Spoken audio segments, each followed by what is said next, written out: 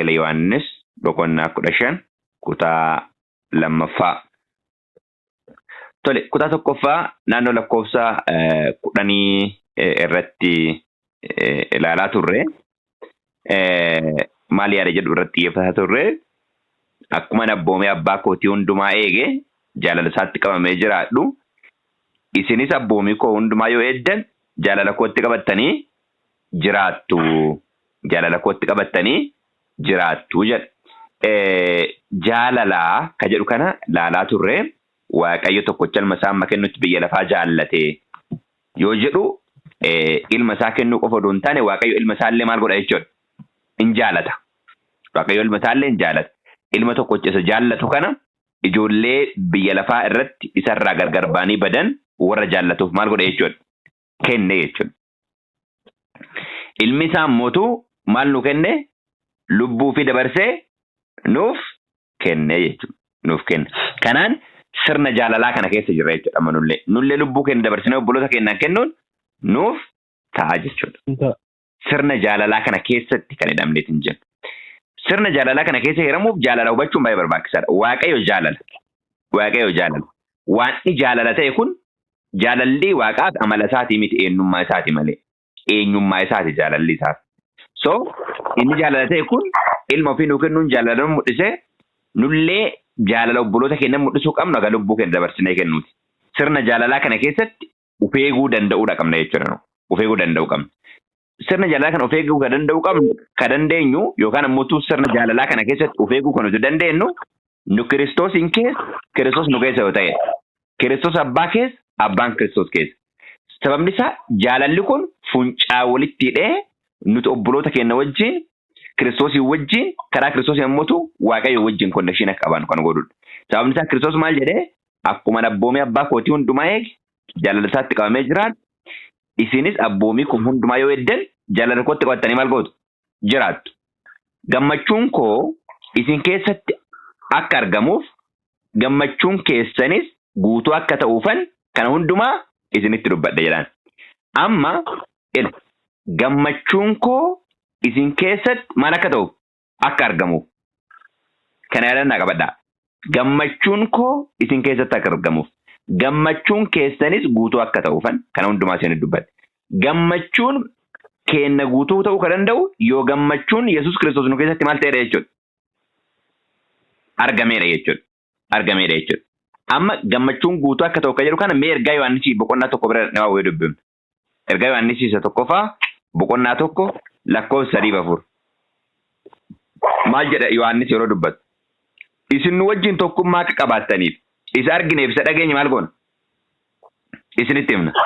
Tokkummaan keenya immoo abbaadha wajjin ilma isaa Yesuus Kiristoos wajjin kana hundumaa gammachuun keenya guutuu akka ta'uufan isiniif maal goona jedha? Isiniif caafnaa jedha. Argitanii? Gammachuun keenya guutuu akka ta'u isinii caafna. Gammachuun keessan guutuu akka ta'u ka jedhu gammachuun koo isin keessa hoo jiraata jedha Kiristoos. Yohaannis ammoo Kiristoos wajjin ka ture isin nu wajjin tokkummaa akka qabaattaniif isa arginee fi isa dhageenye maal goona? Isinitti himna. Tokkummaan keenya immoo abbaa wajjin ilma isaa Yesuus Kiristoos wajjin. Kana hundumaas gammachuun keenya guutuu akka ta'u isinii caafna jedha. Kanaaf gammachuun Yesuus Kiristoos nu keessa jiraachuu kan danda'u tokkummaa keenya isa wajjin abbaa isaa wajjin maal yoo goonedha jechuudha. Yoo qabaanneedha jechuudha. Yoo qabaanneedha jechuudha. Kun gammachuu Yesuus Kiristoos maal kan godhudha? Guutuu kan godhudha. Gammachuun isaa sun nu keessatti illee maal ta'a jechuudha? Guutuu ta'a jechuudha. Kanaaf gammachuun koo isin keessatti akka argamuu fi gammachuun keessan guutuu akka ta'uufan kan hundumaa isinii caafe jedha. Okay. Abboomiin koo isa kana. An akkan isin jaalladhe isinis maal godhaa? Wal jaalladhaa. Abboomiin koo isa kana. Abboomiin koo isa kana. An akkan isin jaalladhe isinis wal jaalladhaa. Okay. Akkamiin nu jaallate Kiristoos? Lubbuu fi dabarsee kennuudhaan nu jaallate. Lubbuu fi dabarsee kennuudhaan nu jaallate. Kiristoos akkitti nu jaallate. Nullee lubbuu keenya dabarsinee kennuun obboloota keenya maal gochuu qabna? Jaalachuu qabna. Jaalachuu qabna. Okay. Namni tokko firoota isaatiif jireenya isaa dabarsee kennu irra kan caalu jaalala guddaa qabaachuu hin danda'u. Maal kennuu irra jedhaan? Lubbuu fi dabarsee kennuu irra waan biraa waan kana caalu gochuu waan guddaa caalu gochuu hin danda'u.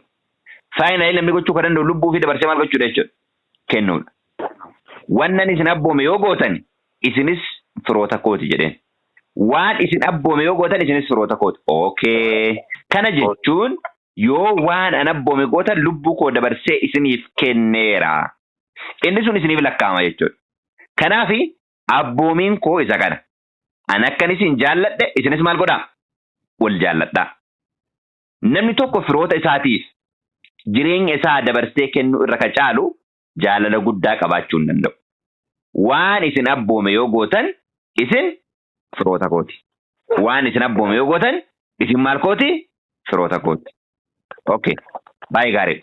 Amma waa wal gaafanna waan qabatamaa jireenya keenya keessa jiru. Amma asirra raaf jedhinee dubbinee bira darbuu hin dandeenyu. Obboloota keenya keessaa jaalannanu. Eenyuunni obboleessi keenya jedhee Kiristoosiin gaafatanii hin jedhani obboloonni keenya nama gargaarsa nurraa barbaadudha. Okay. Nama gargaarsa nurraa barbaadu obboleessa keenya hageessaatti kan jaalan. Hageessaatti jaalachuu dandeenya. Haga lubbuu keenya dabarsinee kennuutti jaalachuu danda'uudha qabna. Haga lubbuu keenya dabarsinee kennuutti obboleessa keenya maal gochuu qabna? Jaalachuu danda'uu qabna. Yoo obboloota keenya haga lubbuu keenya dabarsinee kennuutti hin jaalanne jaalala isa jaalanne jechuun hin danda'amu. Kuni isa samiin nurraa barbaadde sababni isaa jaalalli ani isin jaaladhen isin keessa maal haa godhu jedha. Haa jiraatu. Abboomiin qosa kana akka isin jaaladhen isin maal godhaa? Wal jaaladhaa kan jedhu. Kanaaf waan inni nu abboomi yoo saboonni nullee eenyu isaati obboloota yookaan immoo firoota isaati jechuudha. Firoota isaati jechuudha. Toole lakkoofsa 15. Boqonnaa 15 lakkoofsa 15. An garboota isiniin hin jedhu. Garbichi waan gooftaan isaa godhu hin beeku. An garuu firoota koo isiniin jedheera. Wannan abbaan koo irraa dhaga'e hundumaa isin maal godha jedhaa? Waan abbaa koo irraa dhaga'e hundumaa isin maal godha? Isinan beeksisa jedha. An garboota isiniin hin jedhu. Garbichi waan gooftaan isaa godhu hin beeku. An garuu firoota koo isiniin jedheera. Wannan abbaa koo irraa dhaga'e hundumaa isin maal godha jedha? Isin beeksisaa jedha. Isin beeksisa jedha. Okay. Lakkoofsa 16. Isin ana hin fo'anne. Anatu isin maal godhe? Isin fo'ate. Dhaqxanii akka ija godhattaniif ijji keessanis akka jiraatuuf maqaa kootiin abbaa waan kadhattan akka inni isinii kennuuf ani isin maal godheera jedheen? Ani isin kaaseera jedheen. Amma dubbiin cimtuun addana jirti. Isin anan fo'anne. Anas isin fo'ate. Kun oduu gammachuuti. Kanaaf galanni waaqa haa qabu. Isin fo'ate. Amma sababiin fo'amuu kennaa mootu dhadhee maal akka godhannuuf? Akka ija godhannuuf. Akka ija godhannuuf. Ija godhannuuf jechuun damee irratti maxxanuu kenna mirkaneessuu danda'u qabna jechuudha. Ija hojii hafuuraa isa jennee Galaatiyaa irraa dubbifne san jechuudha. Dhadhee akka ija godhannuuf. Sababimmaan inni nu jaalatee ofitti nu maxxanseef illee ija akka godhannuuf. Okay. Ija akka godhannuuf. Ijji nu godhannu sunoo. Ijji keessanis akka maal ta'u? Akka jiraatu. So ijji nu godhannu jireenya jechuudha. Maal jedhama jaanuu qulqulluu wangeela Yohaannis 1:4 isa keessa jireenyatu ture jireenyi illee maal ture jedha. Ifa namootaa ture jedha. Ifa namootaa ture jedha. Amma nullee isa qabannee jiraachuu kennaan fireen nu godhannu maal qaba jechuudha. Jireenya qaba jechuudha. Maqaa kootiin abbaa waan kadhattanis akka inni isinii kennuuf ani isin maal godheera jedha. Isin kaaseera jedha. Kanaaf eenyuun kadhanna jechuudha yeroo kadhannu. Yeroo kadhannu eenyuun kadhanna obboloota koo? Abbaa kadhanna. Abbaa kadhanna. Kadhata nu barsiisi jennaan duukaa osoo ta'an yaa abbaa keenya isa jiraattu jedhaa jedheen. Yaa abbaa keenya isa waaqarra jiraattu jedhaa jedheen. Kanaaf maqaa kootiin abbaa waan kadhattan akka inni isin kennuufi ani isin maal godheera? Isin kaaseera.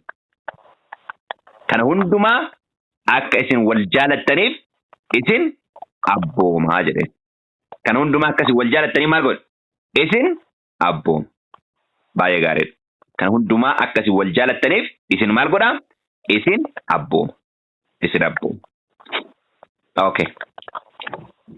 Amma dubbiin lafa kana irratti rakkinni guddaan jiru beelaallee miti, dhibee garaagaraatiin miti, waraanallee miti. Rakkinni jiru maannoo bira tokko jaalalatu hin jiru. Waliif jiraachuu ka jedhu hin jiru. Hundinuu ufiif jiraachuu ka jedhu jira malee. Kanaaf jaalala kana hundumaa akka isin wal jaalattaniif isin maal godha jedheen? Isin abboomaa jedheen. Kanaaf amma waan jaalalaa ilma ofii tokkotti nuu kenne jaalalaa jirma jechuudha. Damee taanee Kiristoos irraa maxxanuu dandeenyu yoo kan dandeenyu yoo jaalala inni qabaatan qabaanne qofa. Jaalala isaa yoo hin qabaanne damee ta'uu dandeenya? Hin dandeenyu obboloota koo hin dandeenyu ammallee irra deebi'ee jedha hin dandeenyu deebinee of ilaallu. Of qoruu yeroo qabnu keessa jirra jechuudha. Of qoruu yeroo qabnu keessa jirra. Kana yaadannaa qabadha. Sababni isaa mata duree baay'ee guddaadha kun waan ta'eef. Jaalala qixa kanaan yoo shaakala jaalala kennuu fudhachuu kan fudhannu yoo ta'e qajeelaa ta'a jedhanii yaadu kana bifa saniin itti naaf yaada. Lakkoofsa 15.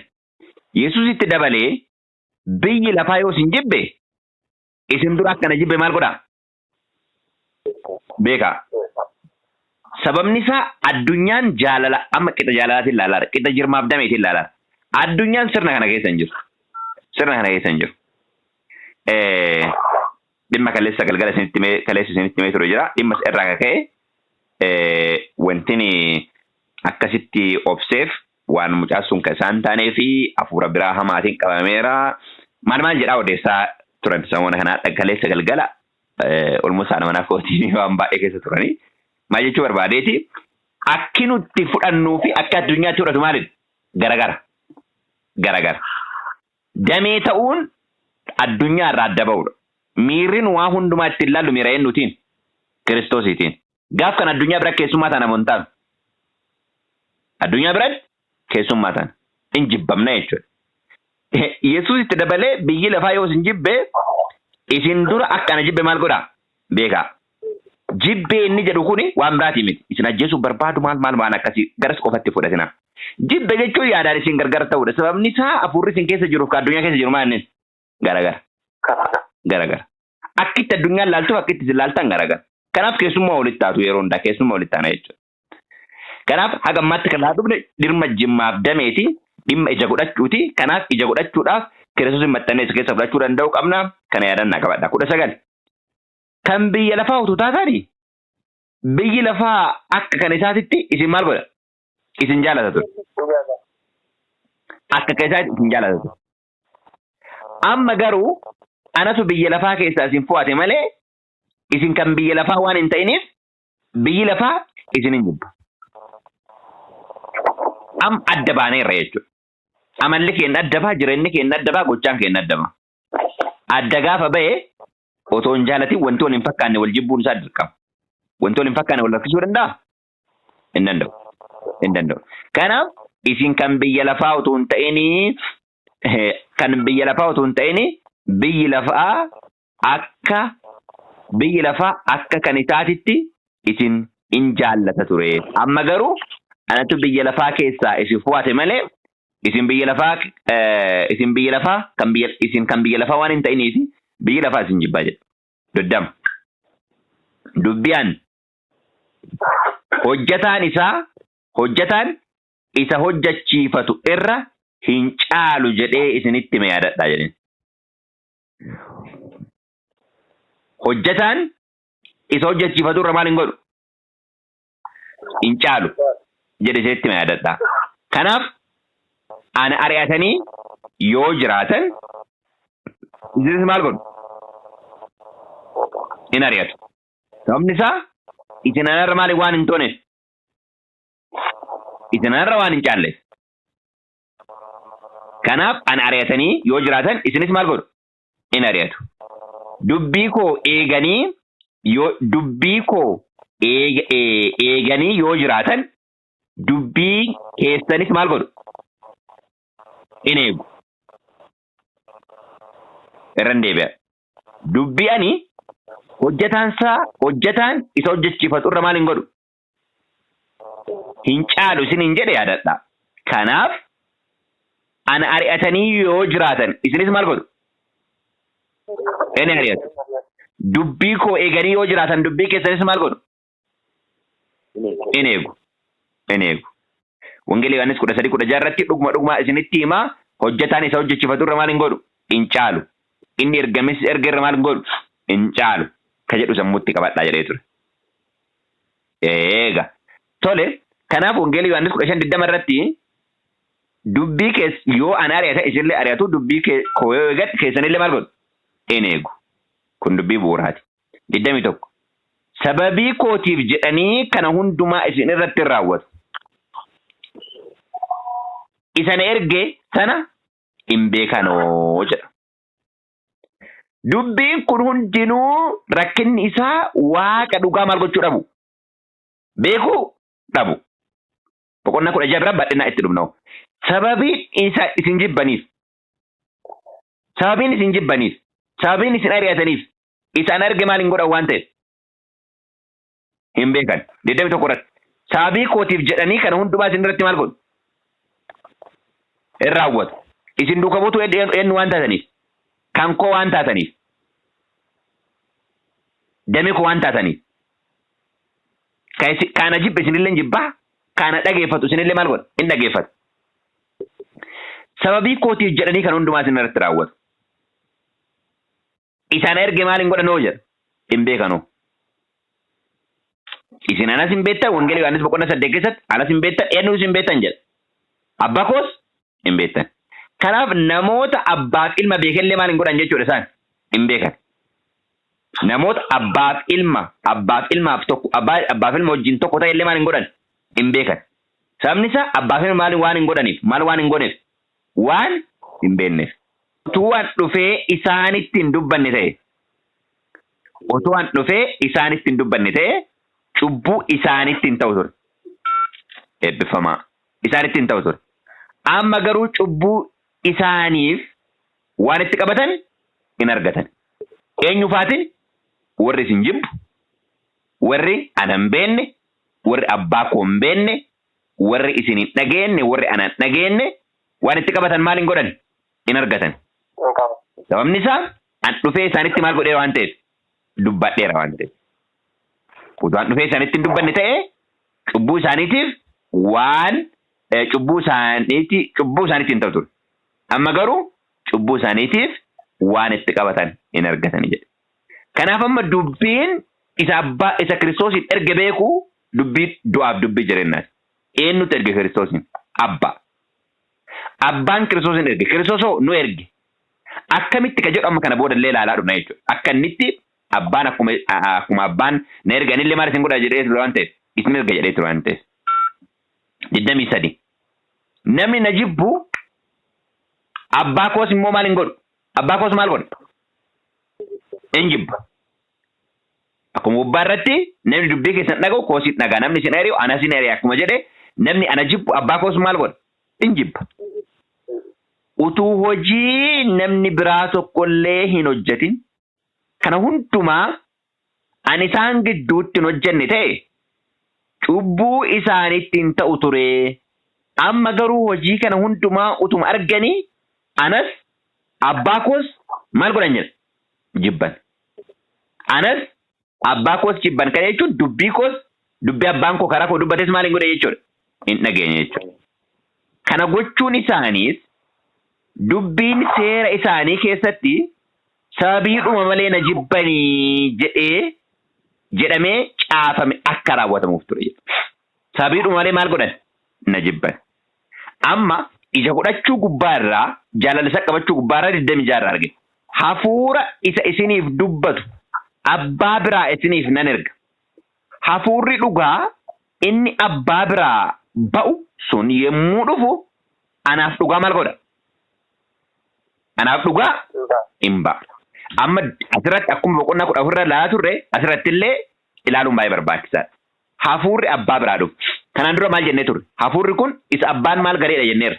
Hojii ergamoota tokko hafuurratti. Isa abbaan waadaa gale. Hojii ergamoota tokko hafuurraa akkana jennee dubbifne. Isaan wajjin utuu jiru abdii abbaan koo isiniif kenne isa ani isinitti hime sana eeggadhaa malee Yerusaalemiin maal hin godhinaa? Hin bayinaa. Abdii abbaan koo maal godhe? Isiniif kenna. Okay. Kanaaf abbaani hafuura koo foon qabeessa hundumarrattu maal godha jedheera? Foon qabeessa hundumarrattu nan dhangalaasa jedheera. Inni kun gaafa dhufu waa'ee eenyu dhugaa ba'a? Waa'ee Yesuus Kiristoosii dhugaa ba'a. Sababni isaa hafuura inni waan ta'eef hafuura dhugaa hafuura Yesuus Kiristoosii waan ta'eef dhugaa ba'a jedheera asirratti dhugaa ba'a. Hafuurri dhugaa inni abbaa biraa yommuu dhufu anaaf maal godha? Dhugaa ba'a. Dhugaa ba'a. Akkamitti dhugaa ba'a? Akkamitti dhugaa ba'a? Roomii 8:16. Roomii 8:16 irratti akka inni itti dhugaa ba'u hafuurri Waaqayyo hafuura keenya wajjin maal godheeti? Wajjin waliigalee ijoollee Waaqayyo ta'uu keenya maal godha jedhaara? Dhugaa ba'a. Dhugaa ba'a. Kanaaf Kiristoos ilma Waaqayyooti. Nullee karaa Yesuus Kiristoos ilmaan eenyuuti? Ilmaan Waaqayyooti. Kanaaf hafuurri dhugaa sun gaafa dhufu eenyuun bira maddi isaa? Abbaa bira. Abbaa bira gaafa maddu deebi'ee karaa gooftaa Yesuus Kiristoos gara keenyatti yeroo dhufu waa'ee Kiristoos maal godha? Nuuf dhugaa ba'a. Nuuf dhugoomsa jechuudha. Kanaaf hafuurri keenya hafuura Kiristoos wajjin walii gala sodaan keessa keenya jiru maal godha jechuudha? Baqatee bada jechuudha.